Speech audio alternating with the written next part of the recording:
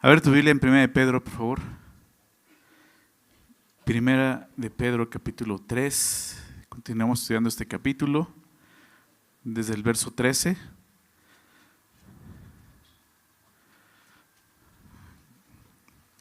Cantábamos esto, ¿verdad? Cristo sea el centro de nuestra vida, ¿no es así? Y es un deseo, ¿verdad? Pero otra cosa es que sea una realidad. Pues la idea es esa, ¿no? Realmente que Cristo pueda estar en el centro de nuestra vida, de nuestras emociones, de nuestros pensamientos, de nuestras intenciones, de nuestro corazón, ¿no? Que Él sea el que gobierne nuestra vida, ¿no? Porque pues eso fuimos llamados, ¿no? Eso fuimos llamados cuando Él nos invitó a la salvación. Fue simplemente eso, dejar nosotros un lugar que no nos correspondía, que es el trono de nuestra vida, y dejar que Él se sentara ahí, ¿verdad? Eso es la salvación. Pero ya en la práctica, como decía, no es tan fácil para nosotros, ¿verdad? Sobre todo estando aquí en esa tierra, en un mundo caído, y no solo eso, en un cuerpo que todavía está pues vendido al pecado, ¿verdad? Este cuerpo será redimido hasta el día que estemos delante de Él. Y eso cuesta, ¿no? Cuesta trabajo seguir a Cristo en este mundo. Pero la verdad es que nosotros tenemos que buscar y anhelar eso, ¿no? Que Cristo sea el centro de nuestra vida.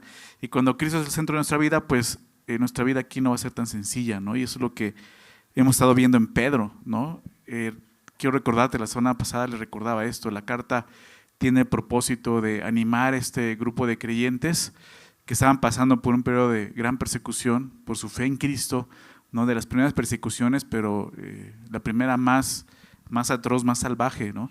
Y ellos, Pedro quiere animarles a seguir confiando en Dios, ¿no? A seguir creyendo en Jesús y dejar que Jesús sea Dios en sus vidas, que esté en ese trono dirigiéndoles, aunque eso les pueda costar aún la vida en esta tierra, ¿no? Y esa es la idea de esta carta, ¿no? Animarnos a vivir, te decía la semana pasada, en un mundo hostil, ¿verdad? Esta carta tiene la intención de prepararnos, ¿no? Y enseñarnos cómo vivir en un mundo que no ama a Dios, ¿no? Que está en contra de Dios, en contra de su palabra y como resultado en contra de aquellos que siguen a Cristo, de los discípulos, de los creyentes, de nosotros como cristianos. Entonces, vamos a seguir meditando en este capítulo 3, ¿no? Y el día de hoy vamos a tocar ese tema de los padecimientos, ¿no? El tema de nuestra serie de 1 de Pedro se llama así, los padecimientos de Cristo, ¿no? El Evangelio, los padecimientos de Cristo, porque el Evangelio se trata de eso, incluye los padecimientos, aunque de repente no quisiéramos eso, ¿no? De repente podemos decir, es que a mí cuando me hablaron de Jesús, me dijeron que me iba a ir bien, ¿no? En la vida, que ya no iba a sufrir, que todo se iba a solucionar en mi vida. Pues si eso te dijeron, te mintieron. Claro, el problema más grande que tenías y que nadie podía solucionar en esta tierra, Jesús lo hizo, ¿verdad? El pecado. Jesús pagó por tus pecados, ahora tienes vida eterna. Pero en esta vida va a haber aflicción. Jesús lo dijo en Juan 16:33, ¿verdad? En el mundo tendréis aflicción, pero confíen, yo he vencido al mundo, ¿verdad? ¿Por qué vamos a tener aflicción? Jesús lo enseñó también ahí en Juan 15, porque si a mí me aborrecieron, ¿qué esperan ustedes, no? Si el mundo a mí me aborreció, aquel que fue justo, santo, sin pecado, ¿no? Fue maltratado, pues, ¿qué esperaban nuestros seguidores, ¿no? Entonces, nuestra esperanza es vida eterna, por lo tanto nuestra esperanza no está en esta tierra, nuestra esperanza no está en que las circunstancias aquí en la tierra cambien, nuestra esperanza está en que debamos a ver al Señor, ¿no es así? Amén. Eso es lo que esperamos, ¿no? Entonces vamos a ver lo que Dios tiene para nosotros, ¿les parece? Verso 13. ¿Y quién es aquel que os podrá hacer daño si vosotros seguís el bien? Mas también si alguna cosa padecéis por causa de la justicia, bienaventurados sois. Por tanto, no os amedrentéis por temor de ellos, ni os conturbéis, sino santificad a Dios el Señor en vuestros corazones. Y estad siempre preparados para presentar defensa con mansedumbre y reverencia ante todo el que os demande razón de la esperanza que hay en vosotros, teniendo buena conciencia, para que en lo que murmuran de vosotros como de malhechores, sean avergonzados los que calumnian vuestra buena conducta en Cristo. Porque es mejor que padezcáis haciendo el bien, si la voluntad de Dios así lo quiere, que haciendo el mal. Vamos a orar. Señor, damos gracias porque nos permites este día reunirnos, Señor, y estar juntos, Padre, y venir y adorarte y escuchar tu palabra. Señor, tú sabes lo que cada uno de nosotros estamos experimentando el día de hoy, estamos viviendo, Señor, en este mundo. Tú lo conoces y sabemos que tu palabra, Señor, siendo viva y eficaz, puede actuar en cada uno de nosotros, en cada circunstancia que estemos viviendo el día de hoy, Señor. Y te pido eso, Señor, te pedimos que tu palabra sea, Señor, esa agua, Señor, como el siervo la desea, esa agua que traiga refrigerio y descanso y ánimo a nuestra vida esta mañana, Señor, y que podamos estar atentos a tu voz. Quita toda distracción que pueda haber, Señor, aún en nuestra mente, que no nos deje escuchar tu voz. Quita eso, Señor, y permítenos estar atentos a lo que tú nos quieres hablar y enseñar. Que salgamos de aquí con un corazón, Señor, animado, Señor, a seguir viviendo para ti en este mundo, Señor. Te lo pedimos en nombre de Jesús. Amén. Muy bien. Ahí está, ¿no? Está hablando de empezar a padecer. Y comienza el verso 13 con una pregunta, ¿no? ¿Y quién es aquel que os podrá hacer daño si vosotros seguís el bien? ¿No? Realmente, bueno, déjame recordar un poco el contexto, porque viene hablando de esto, ¿no? La semana pasada estuvimos viendo cómo tenemos que vencer el mal, ¿no?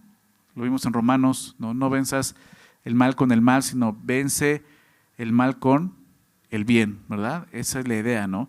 No seas vencido por lo malo, ¿verdad? Cuando tú quieres pagar a otro el mal que te ha hecho con mal, pues lo que está sucediendo es que tú ya fuiste vencido por el mal, ¿no? Vimos eso. Entonces, Pedro está animando a esos creyentes y a nosotros a vivir haciendo el bien delante del Señor, viviendo para Dios. Eso se trata, ¿no? Hacer lo correcto, hacer lo justo. Ahorita vamos a ver cómo lo describe aquí, pero es haciendo el bien delante del Señor. No importa lo que experimentemos, no importa lo que estemos viviendo. Te recuerdo, muchos de ellos estaban experimentando pues una gran persecución, están experimentando vituperios, ¿no? Azotes, golpes, encarcelamientos, a unos hasta pérdidas, ¿no? de seres queridos que habían creído en Cristo, muchos de ellos pues a punto de morir también, ¿no? Te recuerdo que en esta persecución era Nerón, era el imperio romano quien estaba persiguiendo a los cristianos, ¿no? Y fue una persecución muy, muy grande, muy fuerte, muy sanguinaria, ¿no? Sin embargo, pues muchos fueron fieles a esto, muchos soportaron, entre ellos el mismo apóstol Pedro, el apóstol Pablo, quienes murieron en esta persecución. Pero ellos están padeciendo por Cristo, ¿no? Y Pedro le está animando, ¿no? Ellos, cuenta la historia, ¿no? que en ese momento, cuando eras arrestado, ¿no? por un soldado romano, ¿no? Él te hacía, ¿no? Te decía esto, ¿no? Niega a Cristo, ¿no? Y vive, ¿no? O sea, había una alternativa, ¿no? O sea, puedes salir vivo de aquí. Simplemente niega tu fe, niega a Jesús. Di que César es el Señor, ¿no? Él es el Señor, el emperador es el Señor, Cristo no. Entonces era muy fuerte, ¿no?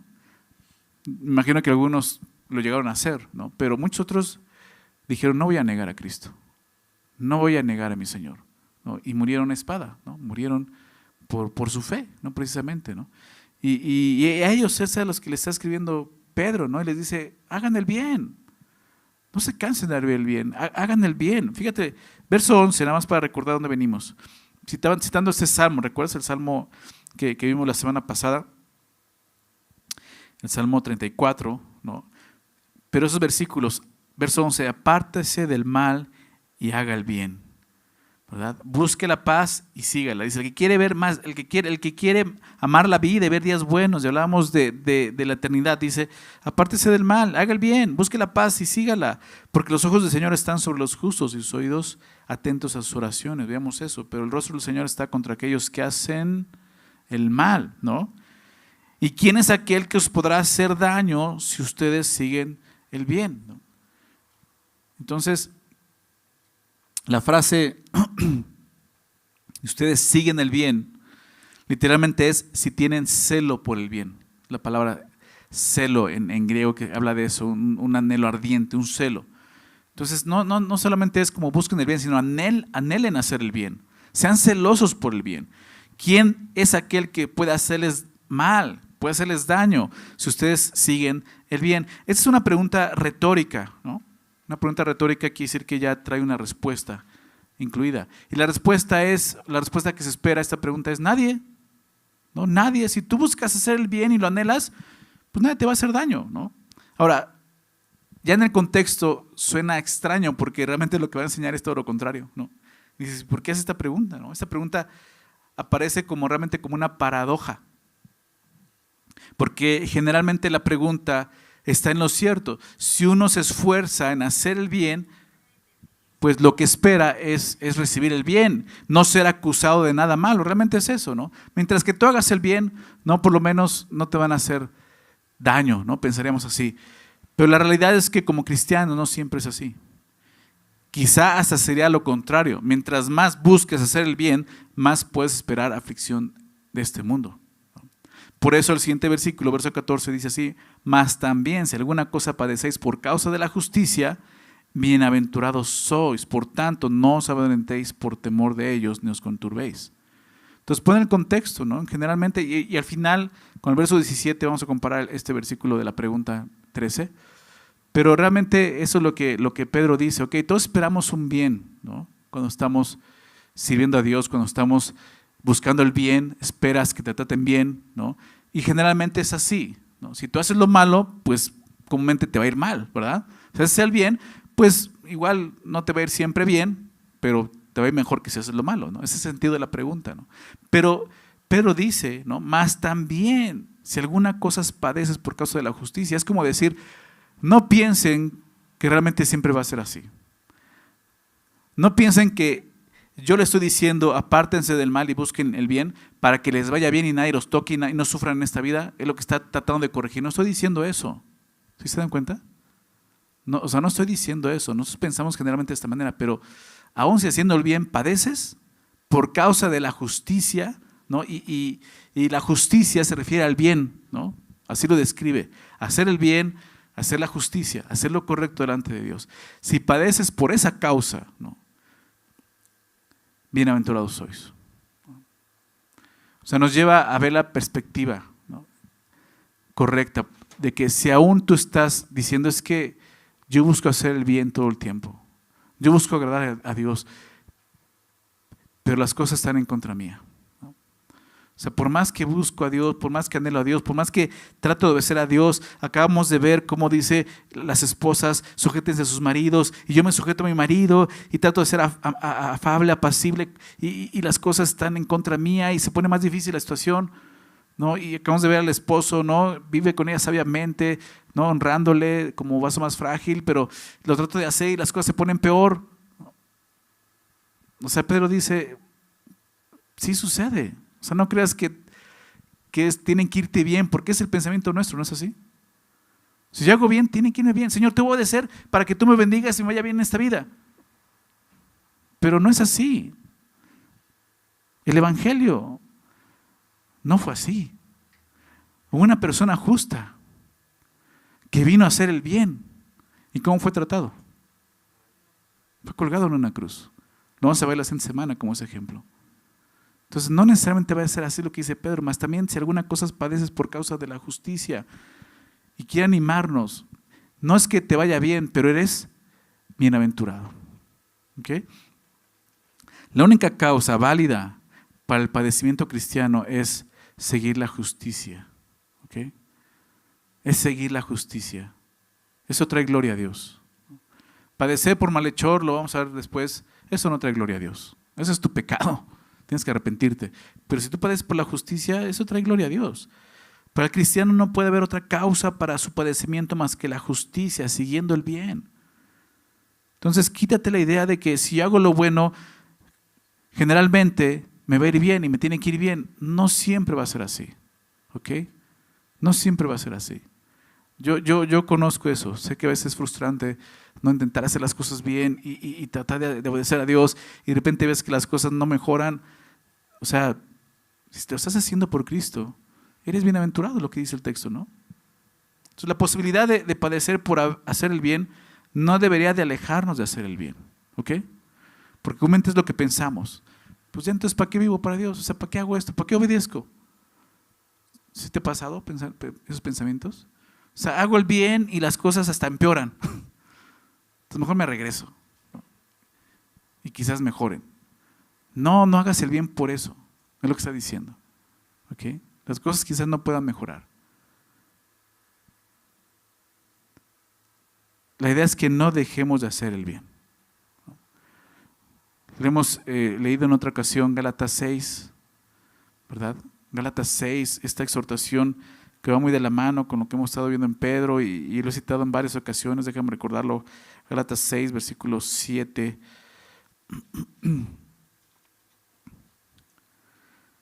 No os engañéis, Dios no puede ser burlado, pues todo lo que el hombre sembrare, eso también segará.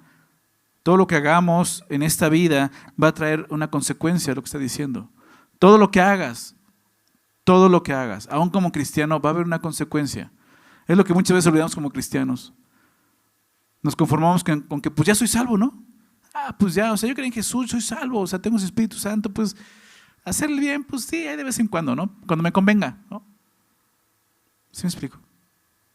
Cuando me convenga. Me detiene una patrulla, ¿no? Entonces, híjole, voy a llegar tarde al trabajo, ¿qué hago?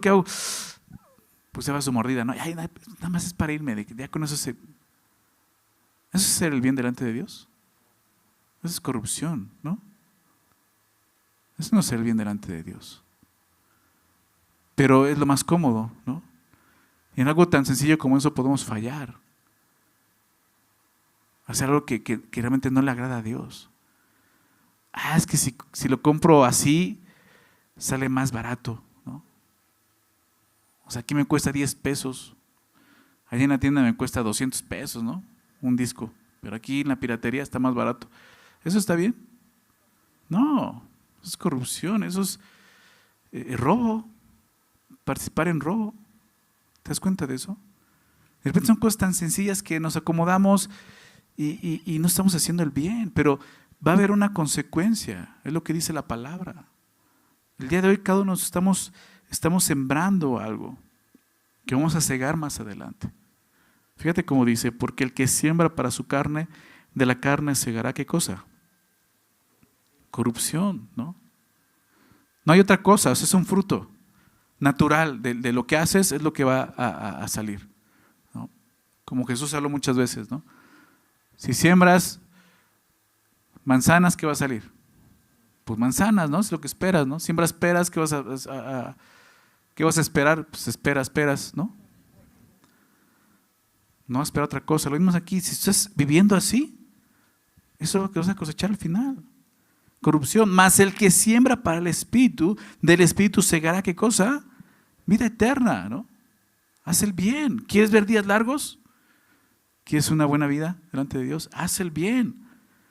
No nos cansemos, verso 9, quería leerte esto. No nos cansemos pues de qué cosa? De hacer bien, ¿no? Para Dios esto es hacer bien. ¿Te diste cuenta que es en el verso 8? Sembrar para el Espíritu, no para la carne. Eso es el bien. Vivir en el Espíritu.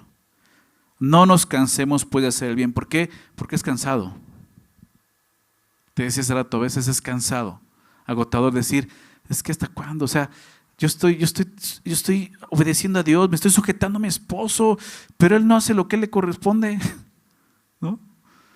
O sea, yo lo hago, o sea, lo estás haciendo en base a lo que él va a hacer. O sea, lo vimos en su momento, no lo hagas porque el otro lo está haciendo. Si lo haces, yo lo hago. No, hazlo porque Cristo ya lo hizo por ti. ¿Me explico? Esa es nuestra motivación. Nuestra única motivación para sujetarnos, para poder hacerle bien, es que Cristo murió por nosotros. ¿No es así? No es porque me va a ir bien. Es porque Él ya lo hizo. Porque Él ya pagó por ti. Porque ya eres bienaventurado.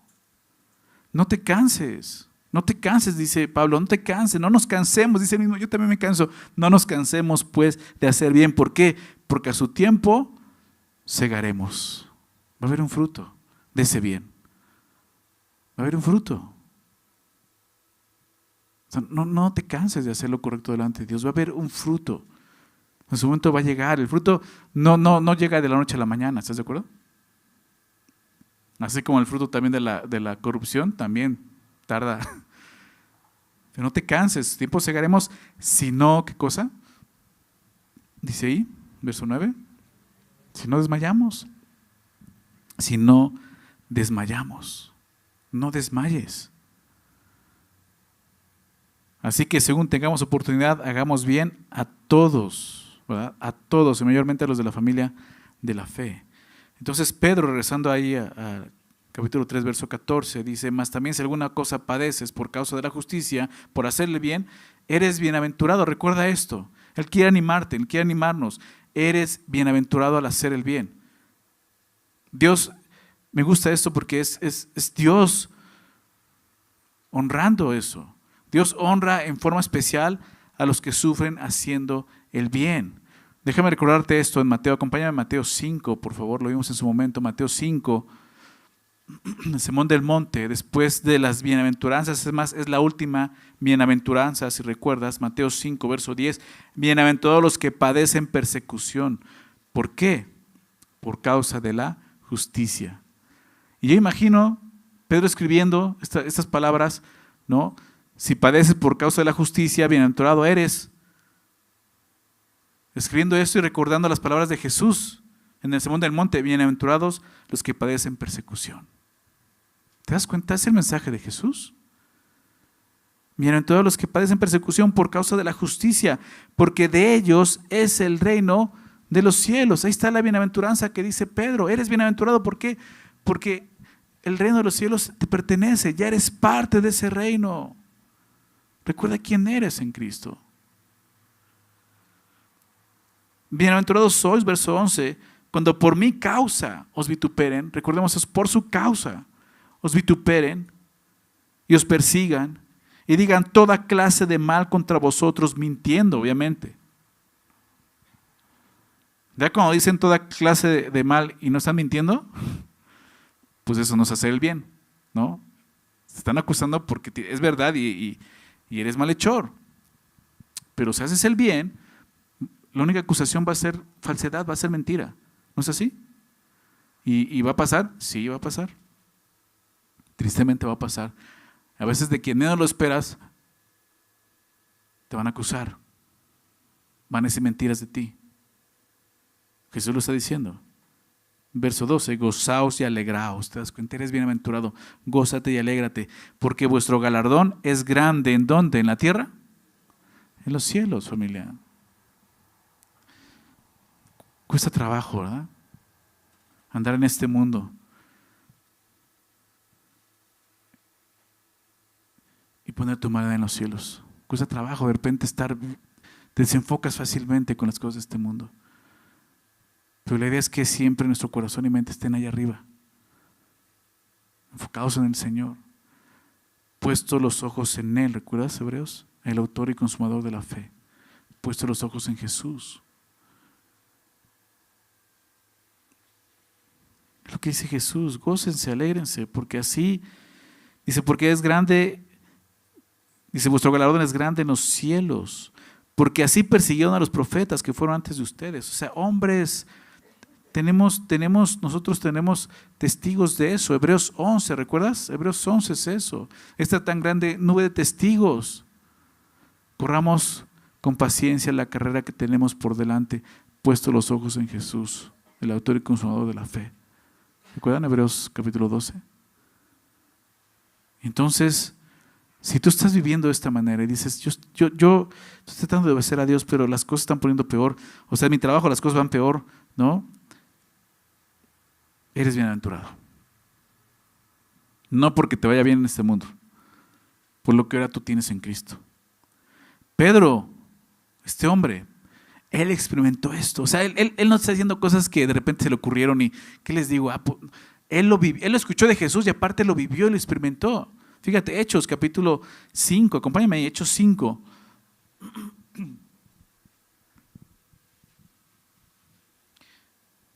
Todo esto lo experimentó Pedro. Hechos 5.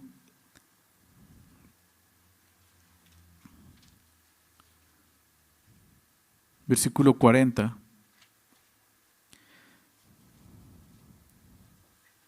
Aquí habían arrestado a los discípulos por estar predicando el evangelio.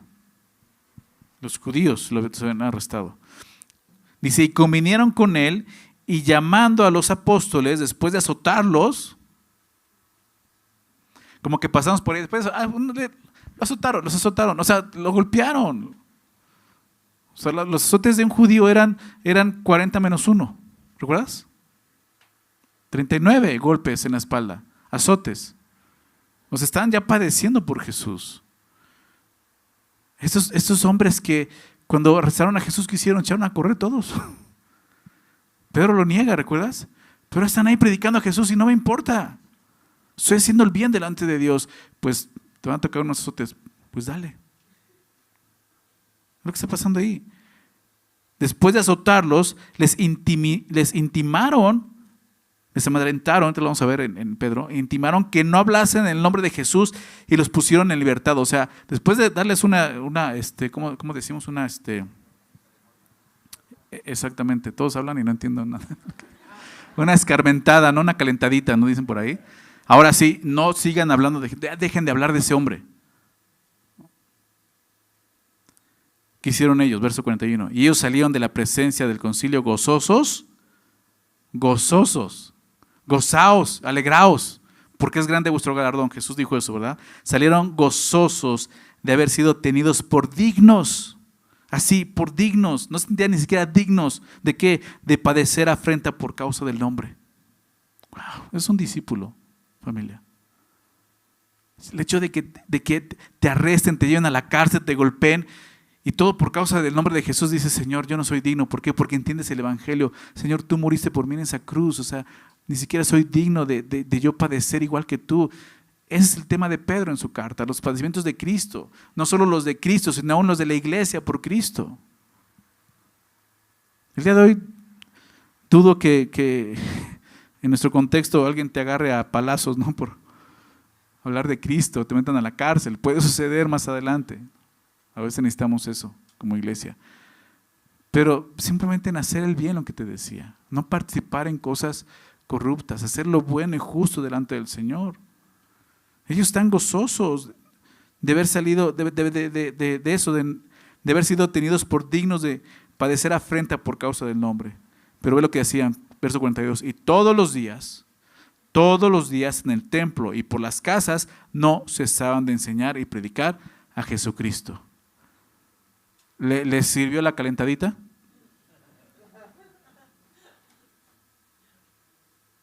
¿Te das cuenta? Estos hombres no se cansaban de hacer el bien. No desmayaron. Fueron azotados. Y salieron gozosos. Y vamos a seguir hablando de Jesús. Ese Pedro, este hombre es el que está escribiendo aquí. O sea, él sabe lo que es eso. Ese hombre es el que muere en esta persecución, como te decía, junto con su esposa. Ve morir a su esposa. La asesinan delante de él. Me imagino diciéndole, tú te puedes vivir. O sea, a ese grado. Estos hombres que vieron a Jesús. Lo que tú y yo el día de hoy estamos siguiendo, ¿es a Cristo? No se embalde. ¿Te das cuenta? Hay un galardón. Eres bienaventurado, recuerda eso. Cada vez que te encuentres en una situación donde tengas que tomar la decisión de hacer lo justo, hacer lo correcto, hacer el bien o hacer lo contrario, el mal, recuerda, soy bienaventurado. Eso te va a ayudar a no desmayar. Soy bienaventurado.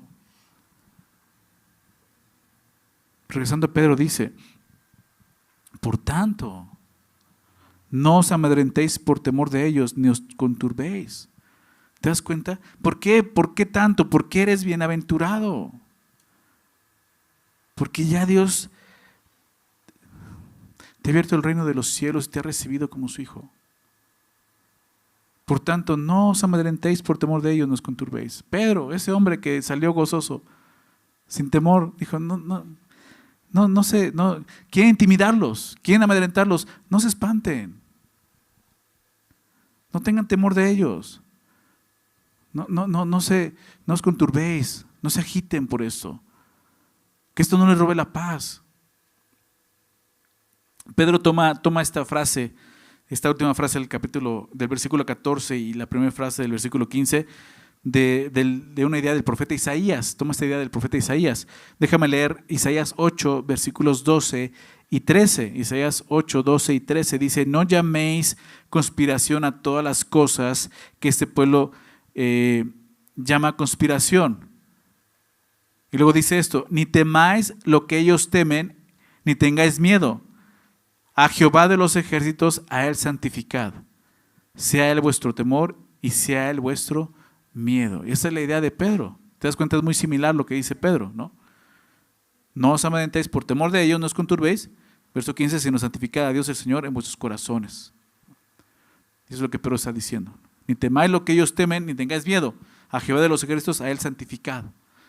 Sea a él vuestro temor y él sea vuestro miedo. Entonces, ¿qué está diciendo con esto? No os amedrentéis por temor de ellos, no os conturbéis. Considerando lo que dice Isaías, lo que Pedro quiere decirnos es esto: Dios solo ha de ser temido. El que teme a Dios no tiene a quién más temer. Él está diciendo que tu único temor sea el temor de Dios. No temas a los hombres, teme a Dios. Jesús dijo lo mismo a sus discípulos cuando, acompáñame a Mateo otra vez, Mateo 10, cuando los envió por primera vez a predicar acerca del reino de los cielos, si tú recuerdas. Les dijo lo mismo. O sea, yo estoy escuchando esto y digo, ¿cómo todos esos recuerdos los tenía Pedro presente ahí en su mente? Las palabras de Jesús, diciéndole esto. Mateo 10, verso 26. Voy a hablar desde ahí. Dice: así que no los temáis. Jesús te está diciendo, lo está enviando a que vayan y prediquen. Y le está diciendo, ok, va a haber lugares donde nos van a recibir. No va a ser sencillo. Dice: así que no los temáis, porque nada hay encubierto que no haya de ser manifestado, ni oculto que no haya de saberse. Lo que os digo en tinieblas, decirlo en la luz, y lo que oís al oído, proclamarlo desde las azoteas. Está hablando de ir y prediquen. Y no temáis, fíjate, verso 28, y no teman a los que matan el cuerpo, mas el alma no pueden matar. Pero dice: no se amedrenten por ellos, por temor de ellos, no os conturbéis. O sea, no les tengan temor. Jesús dice eso: no teman a los que matan el cuerpo. Dice: pues ¿cómo no? ¿Me quieren matar? Dice. Mira, como cristianos realmente, tú lo sabes. Yo sé que suena raro y es hasta difícil de entender, pero te están haciendo un favor, ¿no? El vivir es Cristo y el morir es ganancia, ¿no? ¿Sí lo dices con fe? El vivir es Cristo. Entonces, si matan tu cuerpo, pues es ganancia, ¿no? Ya me hizo el favor, ya, o sea, vámonos con el Señor, o sea, a disfrutar de esos días buenos, ¿no? ¿Te das cuenta? Estás diciendo eso: no temas a aquel que puede matar tu cuerpo, mas el alma no puede matar. Eso. Temed más bien, ¿a quién? A aquel que puede destruir el alma y el cuerpo en el infierno. Lo que decía Isaías. ¿Recuerdas? Santifica a Dios. Sea Él vuestro temor y Él sea vuestro miedo. Solo teme a Dios. Que tu temor a Dios sea más grande que tu temor a los hombres. Cuando una persona es movida por el temor a los hombres, se hace esclavo de ellos. ¿Te das cuenta de eso? Es el problema del temor, te haces esclavo de eso. Y Dios quiere que solamente le temamos a Él, porque somos sus siervos. Piensa en eso. Somos muy dados a eso, a imponer temor a la gente. Sin darnos cuenta estamos robándole gloria a Dios, porque ese temor es para Dios, no para nosotros. Cuando tú tratas y eso es muy, muy humano y es pecado, obviamente. Cuando tú tratas de controlar tu entorno, a la gente, en tu trabajo, a tu familia, y una forma que se hace es a través del temor, imponerles temor. Si no lo haces como te digo, allá afuera hay alguien más que lo puede hacer, ¿eh? ¿Se explicó? En tu casa, con tu familia, con tus hijos, con tu esposa. ¿Te gusta que te obedezcan? ¿Por qué lo hacen? ¿Porque te temen? Ten cuidado, porque lo estás alejando de Dios. Ellos nunca van a conocer el temor de Dios. ¿Sí te das cuenta de eso? O sea, es lo peor, no solo el pecado que estás cometiendo, tratarlos de esa manera, sino robándole el temor a Dios, que ellos nunca van a aprender a temer a Dios. Todo lo van a hacer porque te temen a ti, pero no a Dios. No es eso. El temor a Dios es lo que nos va a llevar a vivir una vida santa delante de Él. No es el temor a mi papá, no es el temor a mi esposo, el temor a mi esposa. Es que si no lo hago así se va a enojar y no. ¿Se me explicó? Eso es imponer temor. Y aquí dice, no temas a los hombres. Como cristianos, entendiendo esto, tú no puedes vivir de esa manera imponiendo temor a la gente, tratando de controlar a la gente a través del miedo, el temor. Si no lo haces, me voy a enojar. Si no lo haces, te voy a castigar. Si no lo haces, no es así.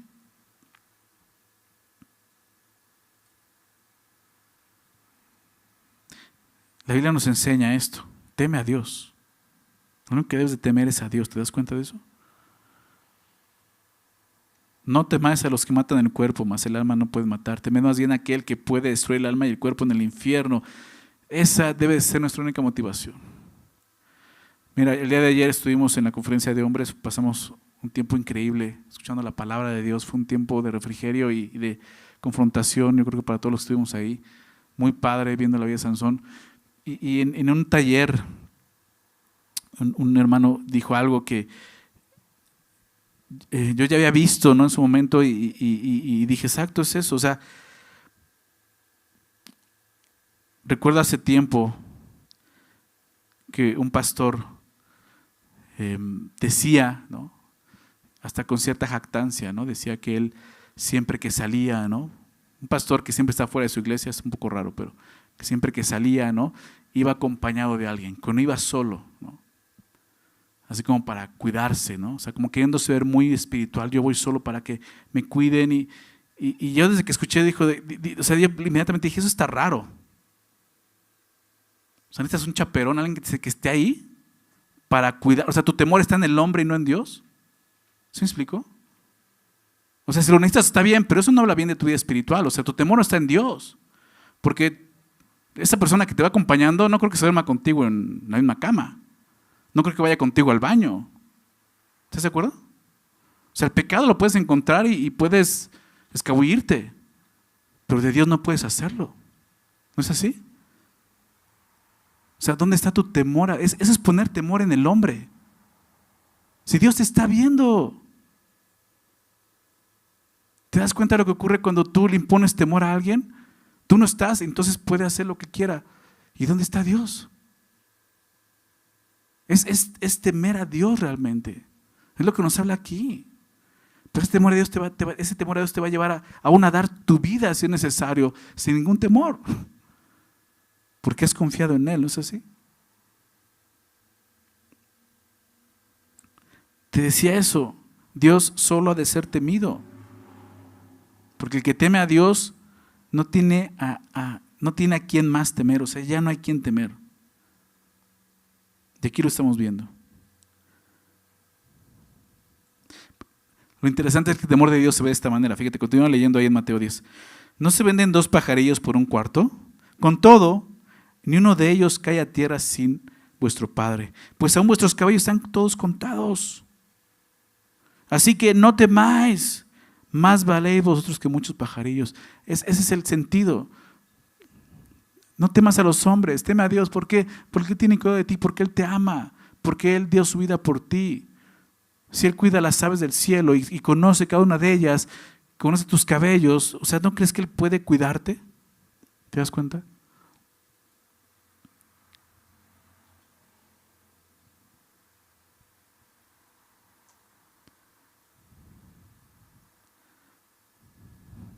Ahorita que estaba mencionando este ejemplo de clásico, ¿no? De la corrupción, de que te detienen, ¿no? Y la mordida y eso. Una vez, antes de venirme a vivir para acá, estaba en la ciudad y era cuando estaba el hoy no circula los sábados también, algo así estaba, ¿no? Y no sé qué me pasó, pero salí con mi carro y no circulaba, ¿no? Y me paró la patrulla, ¿no? Ni me acordaba yo, me paró la patrulla, bueno, una serie de cosas, me paró la patrulla y yo así como que, pues ¿qué pasó? No, pues no circulas. Y yo, híjole. Y ya sabes, ¿no? Y como que, pues usted dígame, yo, no, pues lo que siga, ¿no? Pues ¿dónde voy? No, pues es que, pues si sigue el corralón, esto, pues vamos, ¿no? No, pero, o sea, quería dinero, ¿no? Yo, pues lo que, pues, o sea, no le dije, pero, o sea, dinero, pues no le voy a dar, ¿no? Porque ni tengo. No, es cierto. No, fue así como que, pues no, o sea, pues sé que Dios me va a cuidar, o sea, pues sí, mi carro se va a quedar un rato ahí, voy a tener que pagar el corralón, o sea, pues fue un descuido mío, ni modo, ¿no? Y ya, total, dice, pues ya, pues sígame, ¿no? Vamos para allá. Y de repente vamos para allá, ¿no? Y voy manejando y nos toca un alto y se para al lado de mí y baja y me dice, ¿sabe qué? Ya váyase porque me acaban de informar que hay un no sé qué acá y ya me voy. Y ya me dejó yo. Dije, órale. Dios tiene cuidado de mí. O sea, hasta Dios en esas cosas hace, ¿no? Digo, obviamente, lo más seguro es que dijo, pues no conseguí nada aquí, mejor ya lo dejo, me voy a llevar más tiempo. Yo no sé. Pero eso dices, pues yo busqué hacer el bien, o sea, pues sí, fallé, fue un descuido mío, pues tengo que pagar, no hay ningún problema, ¿no? Y al final, pues Dios me dio chance, ¿no? Y hasta dije, no, pues me voy a ir callejeando ahí para llegar a mi casa y que no me agarren, ¿no? No, me acuerdo que dejé el carro por ahí adelantito y ya me fui en transporte público, ¿no? Y dije, al rato ya paso por él. Pero hace esas cosas, o sea, Dios tiene cuidado de nosotros, ¿no? O sea, no me acuerdo si tenía que llegar a un lugar, entonces dije, híjole, se me hace tarde, no voy a llegar, no me acuerdo qué estaba pasando, pero, o sea, cómo Dios tiene cuidado de esas cosas. ¿Pero por qué? Porque lo honras, ¿no? No me acuerdo si hasta creo que le prediqué algo así, o sea, le dije, pues yo soy cristiano, no te puedo dar, o sea, no lo voy a hacer, ¿no? Pero bueno, o sea, un ejemplo, no sencillo, ¿no? O sea, no me puse una pistola en la cabeza, pero de repente cosas tan cotidianas, ¿no? Que dejamos pasar como, pues todos lo hacen. No, porque todos lo hagan no quise que esté bien, ¿ok? ¿Te das cuenta? Es lo que Dios dice, por causa de la justicia, ¿ok? Lo que es justo delante del Señor. Entonces, regresando a Pedro, verso 15, sino santificad a Dios, ¿verdad? El Señor en vuestros corazones y estad siempre preparados para presentar defensa con mansedumbre y reverencia ante todo el que os demande razón de la esperanza que hay en vosotros. Sino santificad a Dios el Señor en vuestros corazones. Lo que veamos, ¿no? en Isaías, considerando como la final del verso 14 con la primera parte del verso 15, pues vemos eso, ¿no? Santifica a Dios el Señor en tu corazón. O sea, en lugar de vivir en temor, amedrentados por lo que los hombres puedan hacernos, lo que tenemos que hacer, dice Pedro, santifica a Dios el Señor en tu corazón. Es lo que tienes que hacer. Si seguimos la idea de Pedro, de acuerdo a Isaías, santificar a Dios en nuestro corazón sería vivir con temor a Dios siempre. Eso es, vive con temor a Dios. ¿Sí recuerdas cómo lo decía Isaías? Ni temáis lo que ellos temen, ni tengáis miedo. A Jehová de los ejércitos, a Él santificad, sea Él vuestro temor y Él sea vuestro miedo. Es una forma de poder santificar a Dios. Que sea Él mi temor solamente. ¿Te das cuenta? Es lo que está diciendo. Y lo que te decía, entonces vas a poder vivir haciendo el bien todo el tiempo. ¿Por qué? Porque vas a temer más a Dios. Esa es la idea de, Pedro está recobrando la idea que vimos anteriormente en el capítulo 1. Déjame recordarte, capítulo 1, verso 17. A ver si recuerdas esto. Y si invocáis por Padre a aquel quien sin acepción de personas juzga según la obra de cada uno, juzga la obra de cada uno, entonces ¿eso qué implica? Santifica a Dios en tu corazón. ¿Conducidos en qué cosa? En temor todo el tiempo de vuestra peregrinación. Es lo que está diciendo. Si te conduces con temor a Dios realmente, si invocas el nombre de Dios como Padre y te conduces con temor, nadie te va a amedrentar en esta vida. Vas a vivir santificando a Dios. Santificar a Dios en tu corazón. Vivir para Él. Es interesante que en el texto original, en el griego, no aparece la palabra Dios, sino Cristo. Quedando de esta manera, sino santifica a Cristo el Señor en tu corazón. Cristo es el Señor, ¿verdad? ¿No es así? Cristo es el Señor. Es Dios, Él es el Señor. Y dice, santifícalo en tu corazón. Vive en santidad para Él. Busca agradarle a Él. Sabemos que el significado de santificación es apartado, ¿no es así? Ser santo es apartado. Entonces la frase diría así: aparten a Cristo como el Señor en sus corazones. Que Cristo sea el Señor de tu corazón, lo que te decía al principio. Que Él gobierne tu ser, tus emociones, tus pensamientos, tus motivaciones, tus intenciones. Que Él gobierne tu corazón. Santificar a Cristo como Señor significa hacer de Él el soberano de nuestras vidas. Que Él sea el Señor. ¿Sí lo ves? La palabra del Señor es curios, amo. Que Él sea el amo de tu vida. Todo lo que hacemos y decimos debe de estar en su voluntad. Debe de ser para su agrado y para su gloria. Lo que está diciendo, santifica a Dios en tu corazón. El señorío de Cristo, está hablando de eso, el señorío de Cristo debería de dominar todas las áreas de nuestra vida. Él ser el Señor en cada una de nuestras vidas, en cada área de nuestra vida.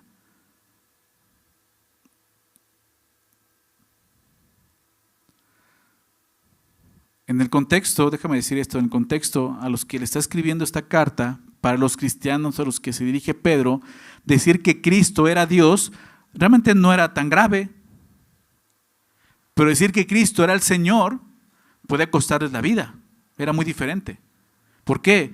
Porque para Roma solo había un Señor. César. El emperador. Nerón en ese momento.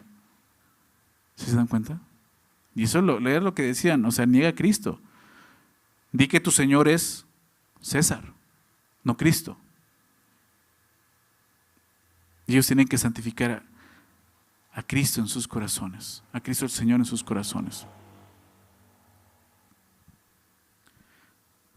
Pedro le dice a los Corintios, 1 Pedro 12, verso 3, les dice eso precisamente porque en el contexto ese era el problema. Dice, por tanto, os hago saber que nadie que hable por el Espíritu de Dios llama anatema a Jesús. O sea, alguien que tiene el Espíritu de Dios no puede maldecir a Jesús. Y viceversa. Y nadie puede llamar a Jesús Señor sino por el Espíritu Santo. O sea, el Espíritu Santo te lleva a santificar a Dios, a hablar de Jesús como tu Señor. ¿Te das cuenta? Es el Espíritu Santo. En ese momento, digo, el día de hoy todo el mundo dice que Jesús es el Señor. No tiene problema con eso, ¿verdad? El Señor, sí, el Señor, el Señor. Pero en ese contexto el Señor, o sea, decir que Jesús era el Señor te costaba la vida. ¿Sí se dan cuenta? Por eso es el Espíritu Santo el que te va a llevar a dar testimonio de Cristo y a santificarlo en tu corazón. Entonces habla de eso. Jesús tiene que ser el centro de tu vida, como cantamos ahorita. Aquel que dirija tu vida, tu temor debe ser solo de Él, de nadie más. Y estad siempre preparados para presentar defensa. ¿A qué se refiere? La palabra defensa en griego es apología, lo que se conoce como apología, ¿no?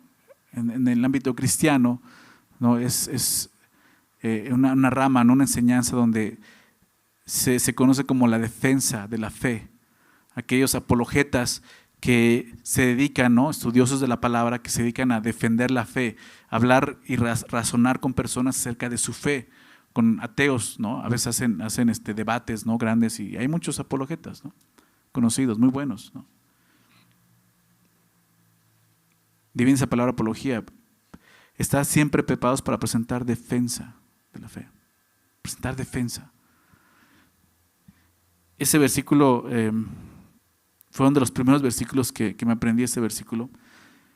El día de hoy ya se me olvidó, pero más o menos lo parafraseo, pero me acuerdo muy bien y algo que me llama la atención. Por eso es bueno, ¿no? Te animo a que memorices, porque los tienes ahí, estás meditando y pensándolo, y de repente Dios te revela algo y te enseña algo más, y siempre es bueno tener la palabra. Y recuerdo que leía eso y decía, sí, o sea, santifica a Dios y presenta defensa, ¿no? Y de repente veía eso, como mucha gente quería estar ahí presentando defensa, ¿no? Como apologetas, y de repente ya una defensa donde ya era una pelea, ¿no? O sea, ya era tratar de ganar un debate. Y sacas eso de este versículo, presenta defensa, la apologética. Sí, pero ¿qué dice el contexto del versículo? Santifica a Dios en tu corazón, haz el bien. O sea, ir en un debate y estar peleando con alguien, ¿eso es hacer el bien? ¿Querer ganar un debate? Eso no es hacer el bien. Eso no santifica a Dios en tu corazón. De repente esas personas, ha llamado la atención mucha gente, muchas de esas personas que han sido buenos apologetas. Hace poco falleció uno de ellos y cuando muere se descubre todo lo horroroso de su vida. Un hombre inmoral, abusador sexual. Y dices, hello, apologeta, bien apologeta, pero ¿dónde quedó? Santifica a Dios, el Señor, en tu corazón. ¿De qué sirve eso?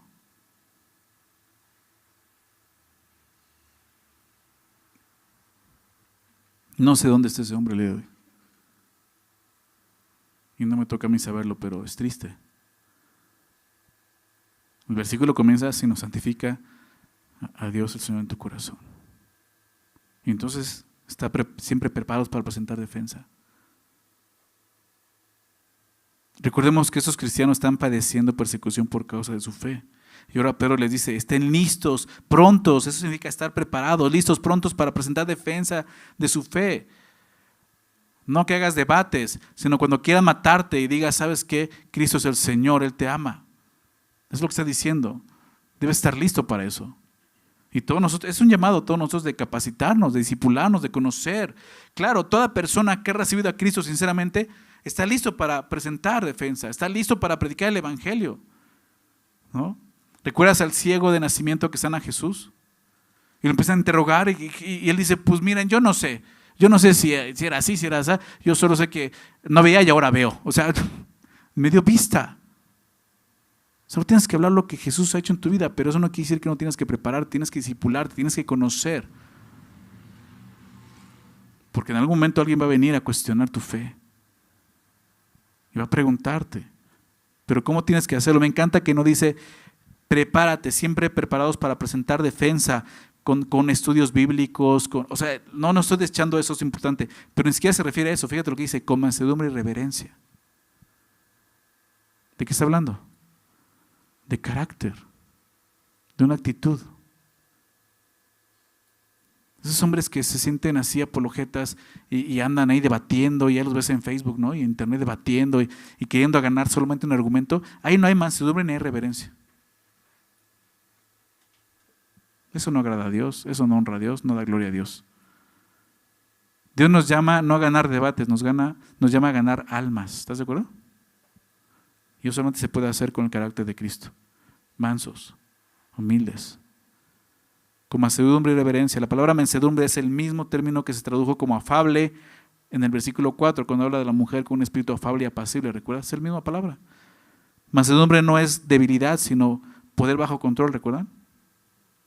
Y habla de eso. O sea, tú tienes el poder, porque tienes la verdad. ¿Ok? Pero bajo control. ¿De qué sirve que llegues y despedaces a alguien y lo dejes en ridículo? Si ya perdiste su atención, si ya perdiste lo más importante, que era poder llegar a su corazón. La palabra reverencia es phobos en griego, que es temor, pero habla de un temor reverente. O sea, respeto. Mansedumbre y respeto hacia la gente. Es tan feo de repente ver gente que tiene una buena intención y a veces más valor que nosotros de salir a la calle y predicar el Evangelio, estar en las calles predicando el Evangelio, pero de repente ya los ves enojados, ¿no? Ya casi pasa la gente y los bibliazos a todo lo que da, ¿no? Y dices, o sea, sí está padre predicar el Evangelio, pero ¿dónde está la mansedumbre y la reverencia, no? Es lo que dice, estar listos, preparados para hacerlo así. No debe de haber nada de dureza o amargura cuando hablemos del Señor. Imagínate hablar de un Señor así, que te ven así enojado y no, pues no quiero saber nada de ese Señor, ¿no? Tenemos que ver cómo hacerlo. Dice ahora, ante todo el que os demande razón de la esperanza que hay en vosotros. ¿A quiénes? ¿A quiénes tenemos que presentarles, defender la fe? La defensa es hecha a personas que desean que se les dé razón de nuestra esperanza. ¿Te das cuenta de lo que dice? Ante todo el que os demande razón de la esperanza que hay en vosotros. Aquel que diga y te pregunte, oye, ¿por qué haces el bien? ¿Sí te das cuenta? O sea, ¿por qué tú no haces lo que todos hacen? ¿Por qué tú no participas en esto? ¿Por qué tú no vas con tus amigos a las fiestas, al bar? ¿Por qué tú no das mordida? ¿Por qué tú no pagas esto? Eso es. Ante todo el que demande razón de la esperanza que hay en vosotros. A lo mejor no te van a decir, oye, ¿por qué? ¿Y cuál es tu esperanza? ¿Por qué eres así? No, simplemente, ¿por qué haces esto? Porque tengo una esperanza. Porque soy bienaventurado, ¿te das cuenta? Aún hay personas que llegan con preguntas que de una manera muy natural abren la puerta para que les hables del Señor. Aún ahí llegan personas así. Y deberíamos estar listos, preparados para contarles las grandes cosas que el Señor ha hecho por nosotros. ¿Verdad? ¿Por qué? ¿Por qué? Porque Cristo murió por mí. Porque Él vino a hacer el bien para salvarme. Él me ha llamado a seguirle. A veces pensamos que esto de la apologética es únicamente para algunos eruditos estudiosos de la Biblia, pero no es así. Porque el llamado que está haciendo el apóstol Pedro es para todo creyente. ¿Te das cuenta? Te decía hace un rato, todo verdadero creyente tiene la capacidad de hablar de ese gran Salvador que es Cristo, ¿no? Verso 16. Teniendo buena conciencia para que en lo que murmuran de vosotros, como de malhechores, sean avergonzados los que calumnian vuestra buena conducta en Cristo. Teniendo buena conciencia. Rápidamente definamos qué es la conciencia, bíblicamente. ¿Qué es la conciencia? Déjame citar Romanos capítulo 2. Más o menos Pablo nos hace una descripción de la conciencia en Romanos 2, versículo 14 y 15. Dice, porque cuando los gentiles que no tienen ley hacen por naturaleza lo que es de la ley. ¿Por qué por naturaleza? Por la conciencia, vamos a ver. Hacen por naturaleza lo que es de la ley. Estos, aunque no tengan la ley, son ley para sí mismos, mostrando la obra de la ley escrita ¿en dónde?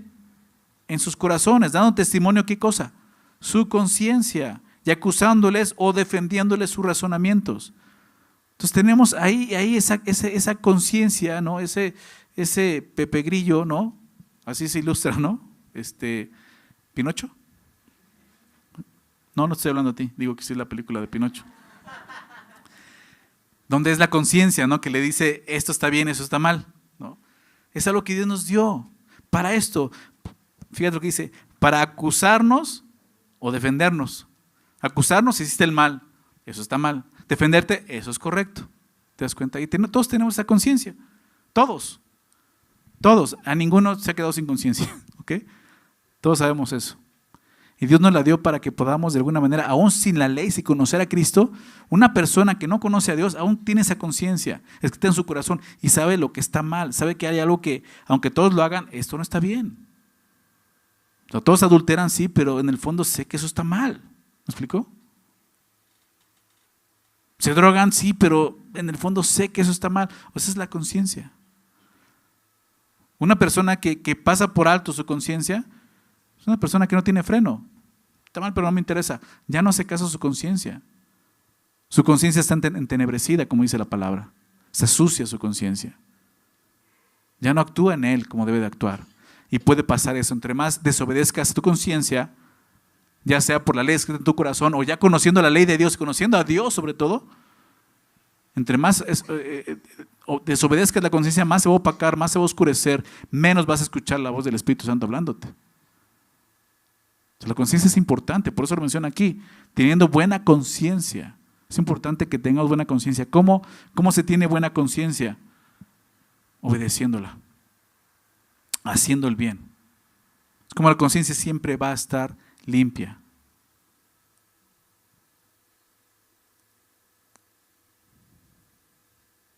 Entonces, la conciencia lo que hace es acusar al mostrar a la persona su pecado, ¿no? Y produce culpa en nosotros, produce vergüenza, temor. Algunos ansiedad, ¿verdad? Angustia.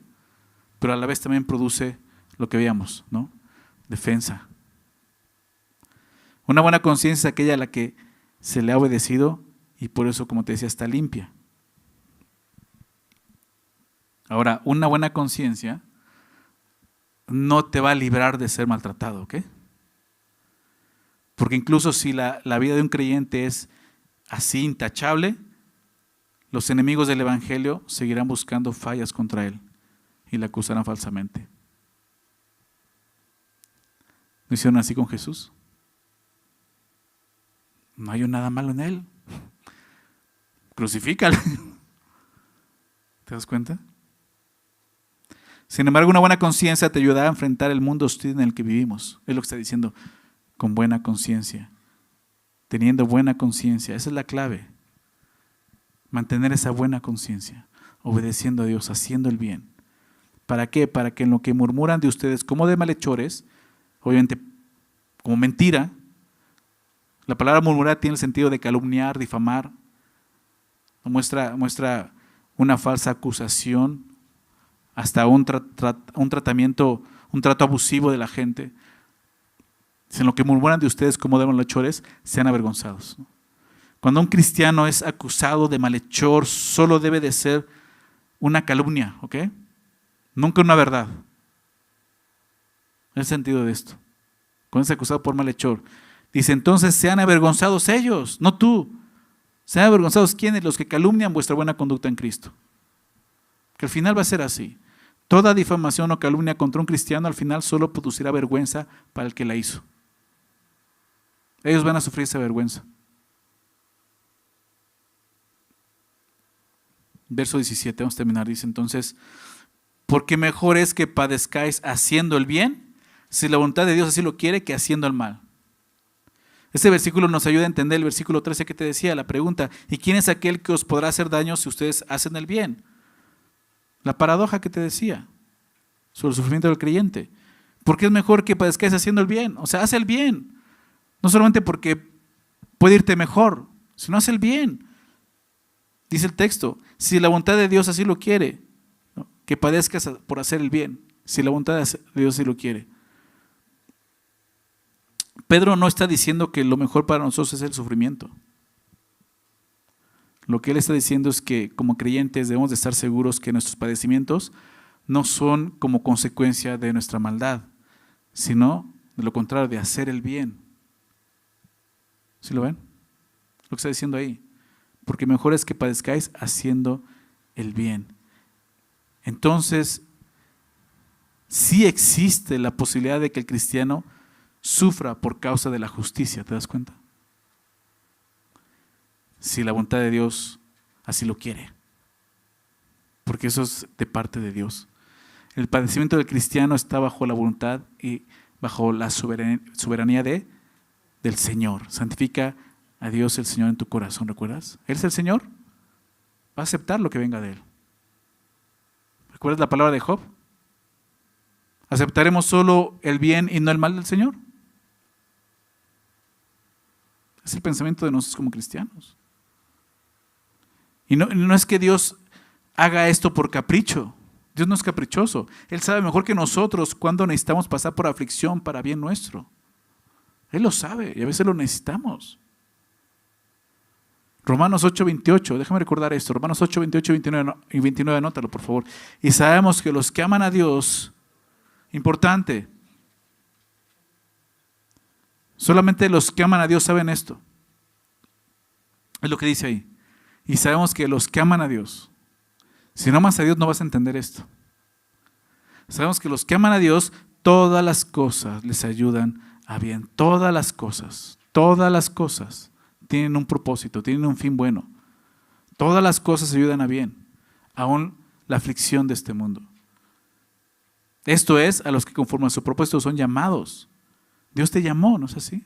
A ser santo como vuestro Padre que es santo. Porque los que antes conoció también los predestinó para que fuesen hechos conformes a la imagen de su Hijo. ¿Cuál es el bien del verso 28? Esto, en verso 29, que tú seas hecho conforme a la imagen de Jesús, que cada día te parezcas más a Cristo. Y en la aflicción, Dios usa la aflicción para que cada día nos parezcamos más a Él, para que Él sea primogénito entre muchos hermanos.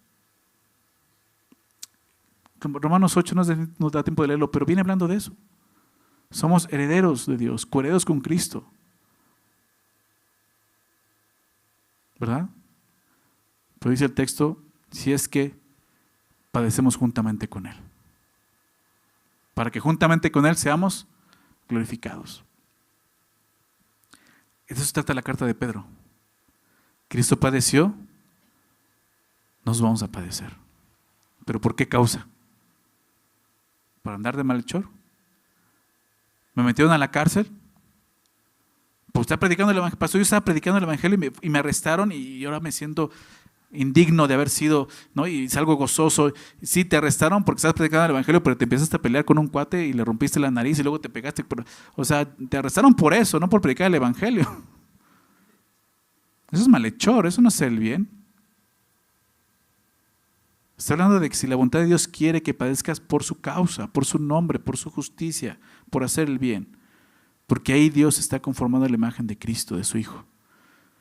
Es mejor, sí, claro, es mejor que padezcas haciendo el bien que haciendo el mal. Nadie quiere sufrir. La realidad es esa. O sea, no es algo natural. No estoy diciendo que somos masoquistas, no nos encanta ahora sufrir, encontramos un deleite en el sufrimiento. Claro que no, nadie quiere sufrir, ni siquiera nosotros como cristianos queremos sufrir. Pero si lo hacemos, que sea por hacer el bien y no por hacer el mal. ¿Les parece? Eso es lo que nos está invitando. No dejes de hacer el mal, no te canses, no desmayes. Este mundo está presionándote, este mundo nos presiona a hacer el mal. Este mundo busca eso, que seas vencido por lo malo, que regreses a Él, que vivas como Él vivía, como Él vive, perdón, como tú vivías antes. Pero Dios dice, hey, no te detengas, no te canses, sigue haciendo el bien. Eres bienaventurado, santifícame en tu corazón. Presenta defensa, mostrando tu vida santa delante de Dios. Haz lo que tienes que hacer. No dudes, el Señor tiene cuidado de ti, tiene cuidado de mí. Él va a estar contigo en todo momento. Aun si tienes que estar en la cárcel, si vas a ser golpeado, azotado un rato, Dios está contigo. Vamos a orar, chicos. Señor, damos gracias esta mañana por tu palabra. Nos bendices con ella, nos animas. Gracias, Señor. Un tema a veces tan complicado, porque la realidad es que, lo decía ahorita, ninguno de nosotros queremos sufrir, Señor. No queremos padecer. Tú sabes lo difícil que es eso. Tú conoces el dolor mejor que todos nosotros, Señor. Y hemos hablado de eso. Tú llevaste en la cruz todo nuestro pecado, toda nuestra maldad, todo nuestro dolor, el de cada uno de nosotros, Señor. Pero es que tú te puedes compadecer de nosotros. Y tú sabes, Señor, lo difícil que es para nosotros. Señor, en Getsemaní tú orabas esos. Padre, todas las cosas son posibles para ti. Aparte esta copa. Tú sabes lo que ibas a sufrir ahí, Señor, en esa cruz. Como hombre tú orabas, Señor. Que no querías padecer y lo hiciste por nosotros. Hiciste el bien. Hiciste el bien, Señor Jesús. Ahora nos toca a nosotros hacer el bien. Más que sufrir, permítenos ver de esta manera, nos toca hacer el bien. Ayúdanos, Señor, a vivir para ti haciendo el bien. Viviendo en tu justicia, como leíamos. Que el único temor que esté en nuestro corazón sea el temor a ti, Señor. Que no temamos a nadie, ni a los hombres que quieran hacernos daños por nuestra fe. Que podamos vivir en santidad para ti, Señor. Listos para presentar defensa con mansedumbre y reverencia ante todo aquel que nos demande razón de nuestra fe, Señor. Nos recuerdas que somos bienaventurados. Somos bienaventurados, Señor. Y por eso podemos hacer el bien y sufrir las consecuencias aún de hacer el bien. Recuérdanos esto, Señor, en cada momento, en cada decisión que tomemos. Siempre va a estar eso, Señor, la oportunidad de hacer lo correcto o hacer lo incorrecto, hacer el bien o hacer el mal. Y como decíamos al último, es mejor que padezcamos haciendo el bien que el mal. Si en algo nos van a acusar, lo mejor es que sea falso, que sea una calumnia, una difamación, que una verdad, Señor. Ayúdanos como tus hijos, Señor, a hacer luz en este mundo. El llamado sigue siendo ese el día de hoy, Señor. Hacer luz, hacer la sal de la tierra, Señor. A vivir diferentes en este mundo. No buscando simplemente que nos vaya bien, sino buscando que tú seas santificado en nosotros. Que seas exaltado y glorificado en cada uno de nosotros, Señor. Sabiendo que somos partícipes de tus padecimientos, Señor. Y que todo eso obra para bien en nuestra vida, Señor. Vamos a ser cada día más como tú, Señor. Ayúdanos, anímanos. Señor, recuérdanos lo que vimos hoy en la semana, en esos momentos. Recuérdanos, somos bienaventurados. Soy bienaventurado. Puedo hacer lo correcto y puedo darte la gloria a ti, Señor. Gracias por tu palabra y gracias por este día. En el nombre de Jesús. Amén.